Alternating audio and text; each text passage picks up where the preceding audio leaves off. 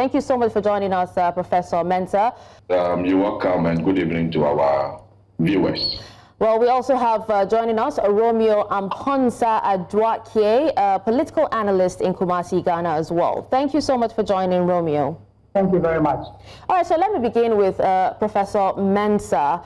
What were the original justifications for, these taxes that I had mentioned earlier? And if you could tell us why they have now been deemed unsustainable? Yeah, well, you see, when it comes to taxes, you need to look at the impact of it on the economy. I mean, actually, taxes are ways that, government use to generate, revenue.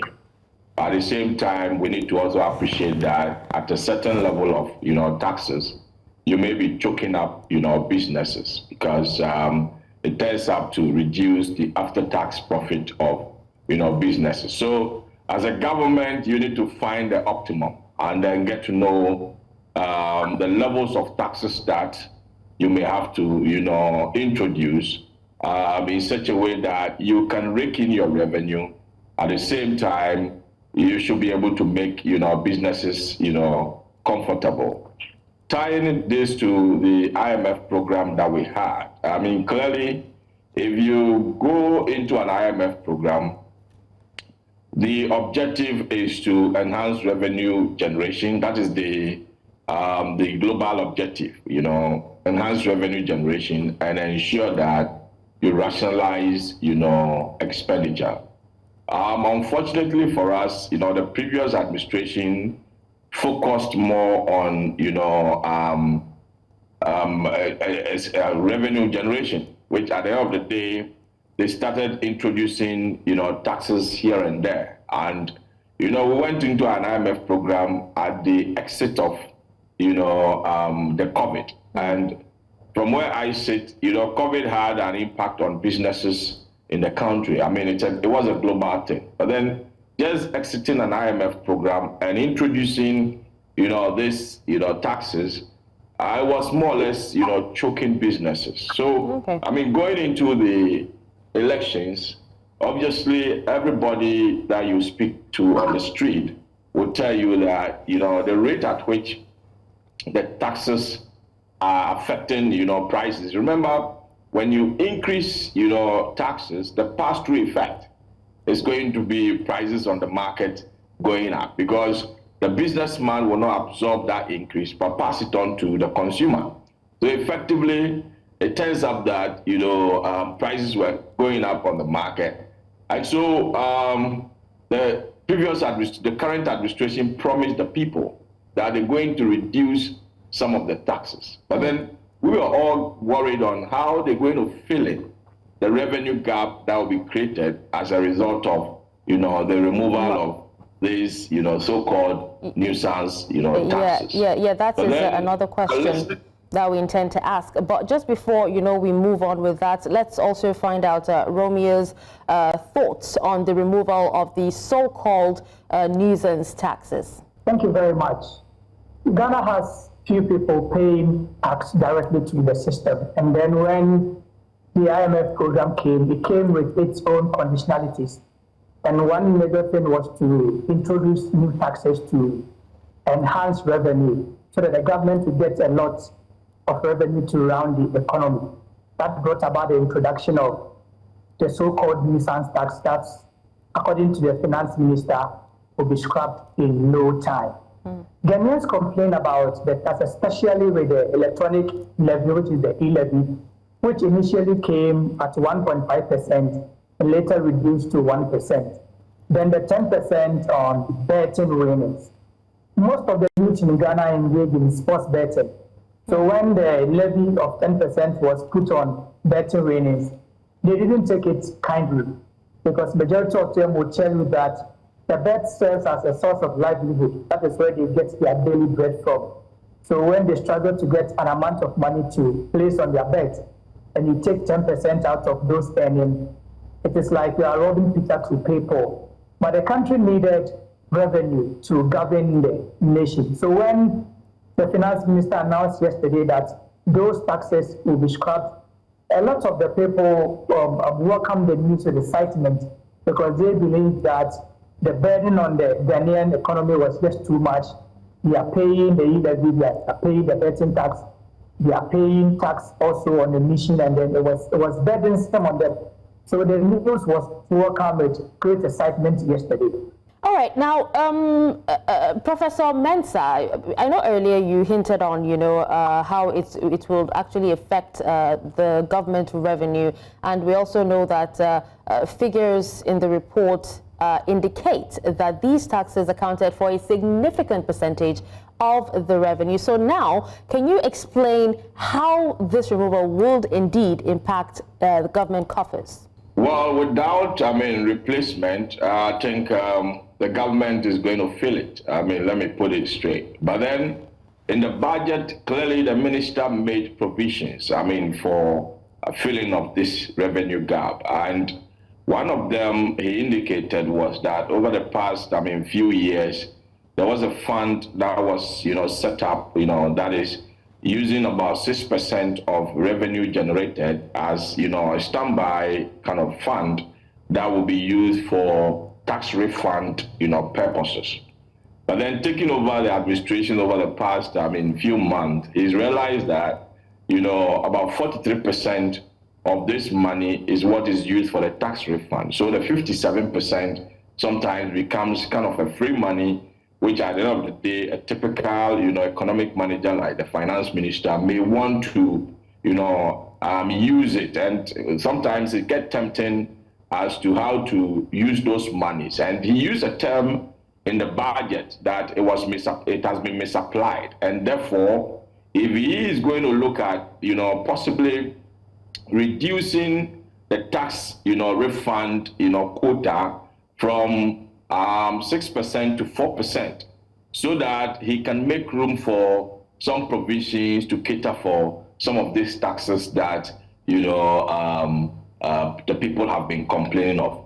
And then also there is also something that he mentioned, which is so fascinating in the budget. Talked about the natural resource rent tax that we are getting. Per the data, we normally have what we call about 14%, natural resource rent. That is, if I say natural resource rent, what I mean by that is the difference between the revenue that is generated from, the natural resource, for instance, gold, and then also the cost of mining it. So that means that the investor community are getting about, 14% of our GDP as more or less a profit. Let me put it that way, because if you talk about, cost of producing and the revenue generated, the difference becomes more or less a profit. And so he thinks, the 1% that we are charging on, gross profit as, growth sustainability levy is not enough. And therefore, we should raise it to, 3%, which I think should be able to generate, more revenue, for the country. And then apart from that, we shouldn't look at the scrapping of these taxes as a loss, because if you take something like betting tax, if you take something like, levy and all those, if you scrap it and, you look at from the perspective of the consumer or the citizen, it becomes more or less a plus for them. And at the end of the day, it boosts their income. And once, income improves, it goes all the way to build up, consumption. And we have consumption taxes like VAT, which are indirect and all those. So once, the people have enough income and they are consuming, government can rake in, one way or the other from the corridors of, the VAT and other things. So it's not a complete loss to the economy. Let's appreciate that. But then it's a way of appropriating and, rationalizing the revenue handles of the country so that it will one way or the other cushion the people. At the same time, government will be able to, manage to get its revenue. Another thing that we need to look at is, the expenditure cuts and the rationalization that came in, from the budget. Clearly, if you look at the current administration, just from the number of ministers that, they have appointed tells you that they are ready to cut down on, frivolous, expenditures. And so, effectively, things that are being done to ensure that government machinery can run. At the same time, the citizens can be better is what I saw from the budget, clearly. Okay. Romeo, you've heard what Professor Mensah said. He talked about, the government being ready to cut down on governance, and also the fact that, the scrapping of some of these taxes isn't a complete loss to the economy. Now, a government spokesperson was quoted saying that the taxes were an undue burden on Ghana's growth. How will this policy shift, affect Ghana's negotiating position with the IMF moving forward? When I was listening to Prof, he made mention of something. Yesterday, the finance minister told the country that the money accrued from the taxes, the nuisance taxes, specifically the electronic levy and then the betting tax, if scrapped, will not affect the revenue of government in any way, because the tax refund of 6 to 4 will fill in the gap. Now, the IMF is aware when the president said in opposition that when he comes, he's going to take off these tax, which we now refer to as the nuisance tax. I believe that it will not affect the revenue generation of this new administration that much.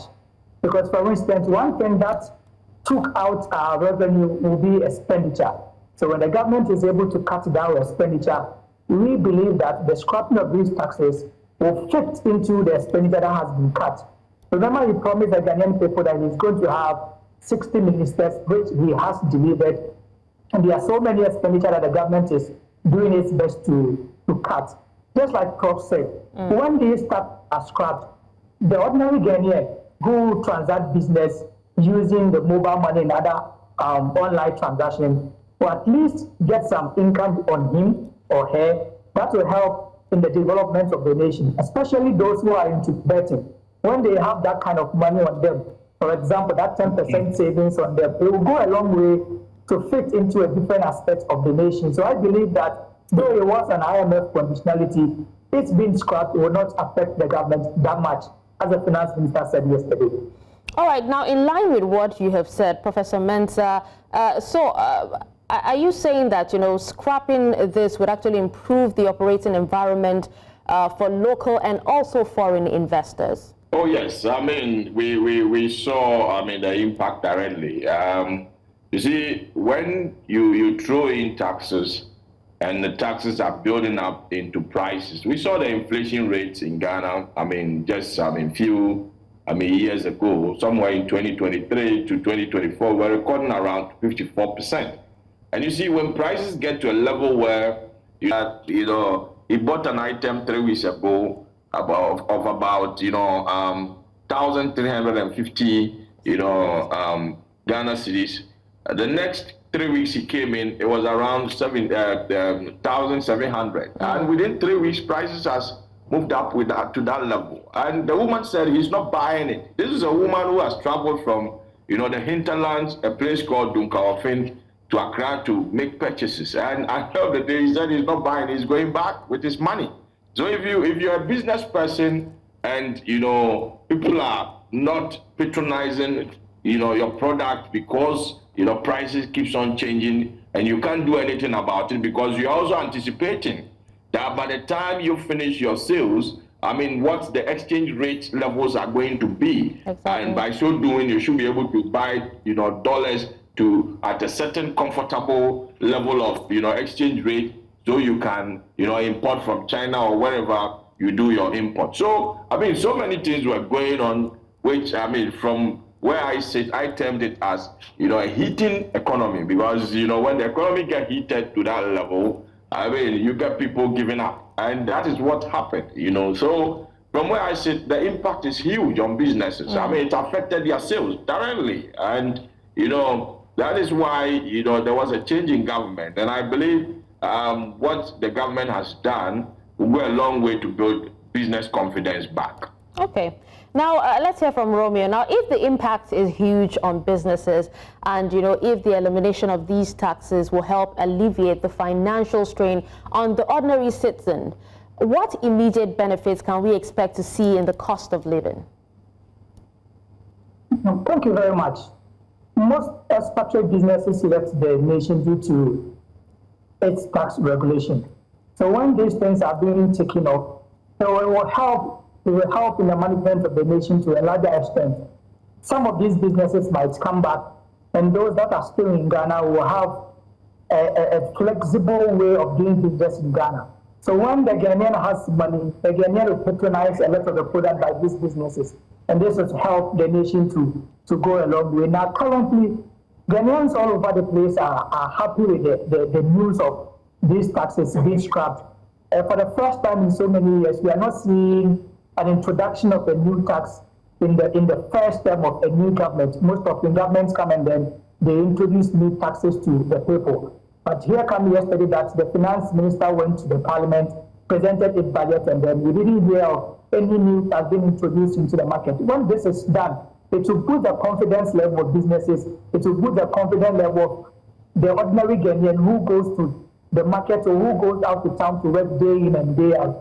This is a refreshing news for Ghanaians, and then majority of them are hoping and praying that the economy will get back to its feet and then things will be better, because the inflation, as Professor was saying, shot up to 54.1% until recently came to 23.1%.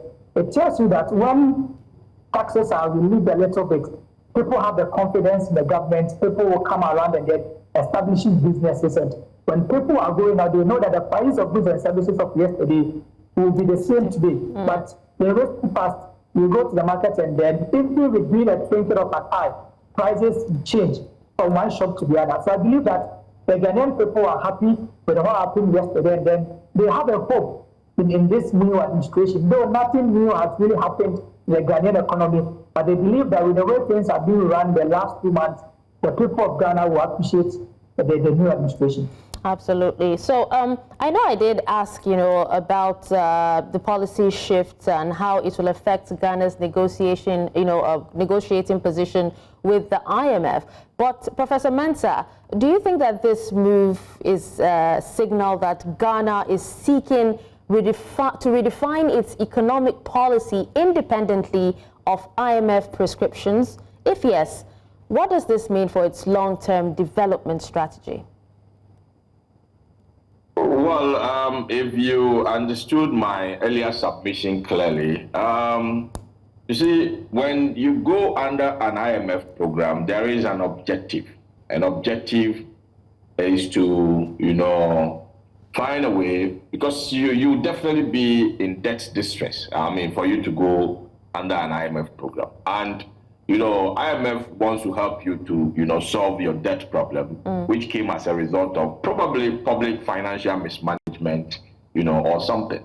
And by so doing, they tell you to cut down your expenditure and then enhance your revenue generation. Now, the objective is the same, right? Just to what? Ensure that you operate a budget that has, a small budget deficit, helping you to cut your coat according to, your size. And, the objective can be approached in several ways. One, you can focus so much on your expenditure, rationalization, or you can focus so much on, revenue enhancement. And one way or the other, you are bridging, your deficit. That is, bringing your revenue generation closer to your expenditure as a country. But the previous administration, in achieving this objective, was focusing more on revenue enhancement.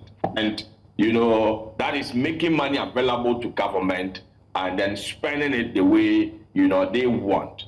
On the other hand, this government is saying that, no, we can approach it this way. It's the same budget deficit we want to, reduce. But then in the end, we'll focus more on expenditure rationalization rather than, the revenue enhancement that was calling for more taxes to be introduced here and there. And we also need to appreciate that, you see, you can have a government that will say, okay, fine, we are removing taxes, in January.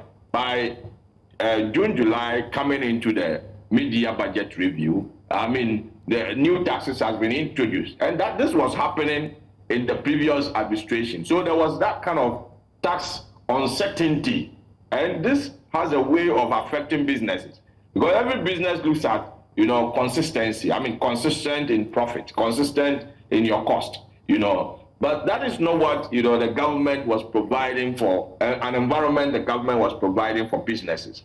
So, I mean, looking at it, it wasn't really helping businesses. So it's the same objective, but then it's the approach that, various administrations adapt that, will make the people comfortable or not. So I think this administration is looking at, how to rationalize expenditure, and that is why they are comfortable removing, those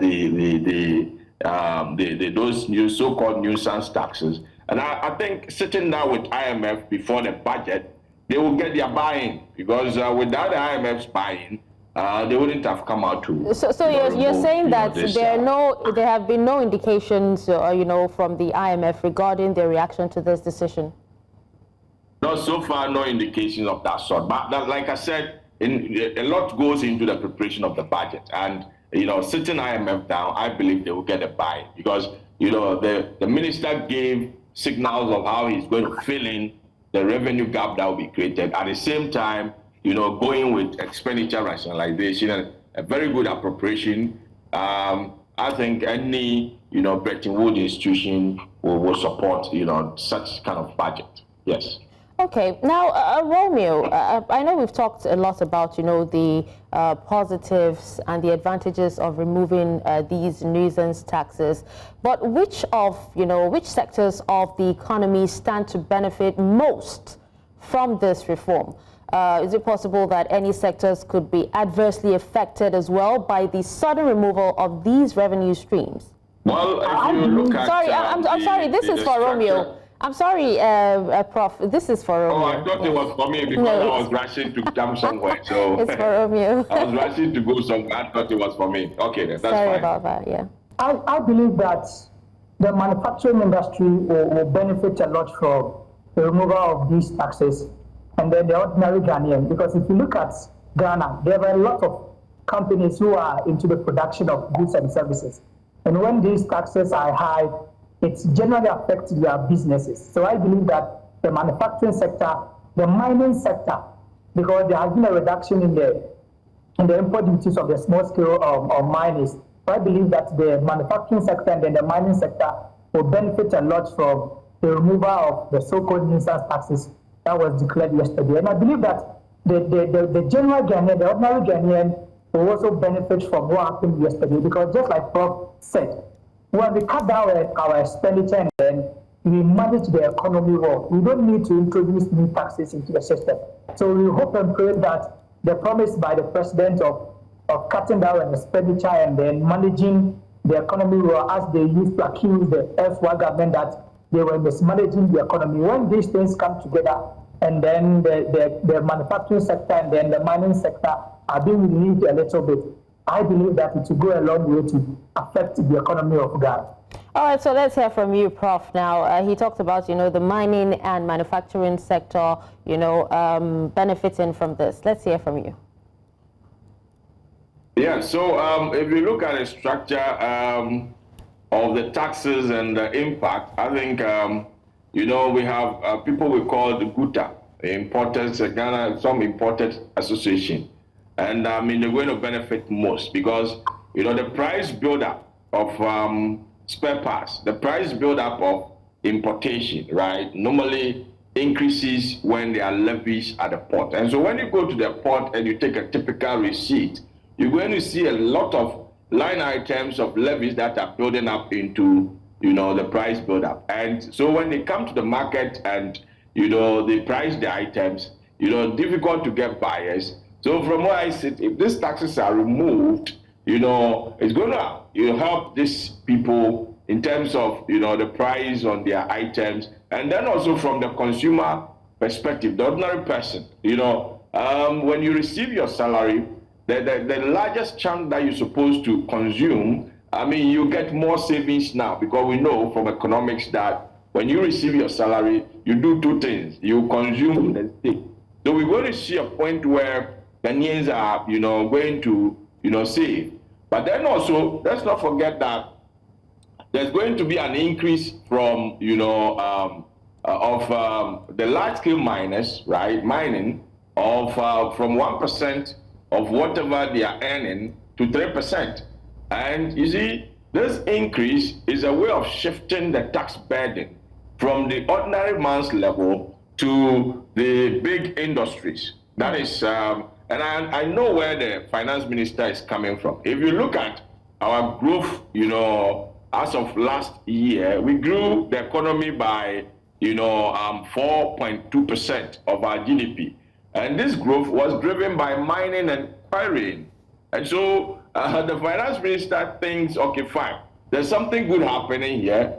Profit is, is being made here. So if that is the active part of the economy, why don't I find a way to, get a piece of the cake that they are making over there? So that is why the finance minister, will move the taxes to this mining company. So they are going to receive a kind of, what we call tax shock. And from where I sit, if you look at the growth trajectory that was projected, the finance minister was moderate, because he knew very well that once these taxes are introduced, the big mining companies are going to react, and therefore may affect, their production. So he wasn't so enthused with, in terms of, the projections of our GDP growth. So from where I sit, yes, it's a way of shifting the economy, right from the kind of the elite type of economy to the ordinary man's, doorstep. Okay. Well, thank you so much for that. Let's quickly have your final words. Romeo, just quickly, in 1 minute, please. Oh, I'm told that we've lost Romeo, but thank you so much, Professor Lord Mensah, for joining us on the conversation this evening. Professor of Financial Economics, University of Ghana Business in Accra, Ghana. And we also had Romeo Amponsah-Aduakye, political analyst in Kumasi, Ghana. Thank you so much, gentlemen.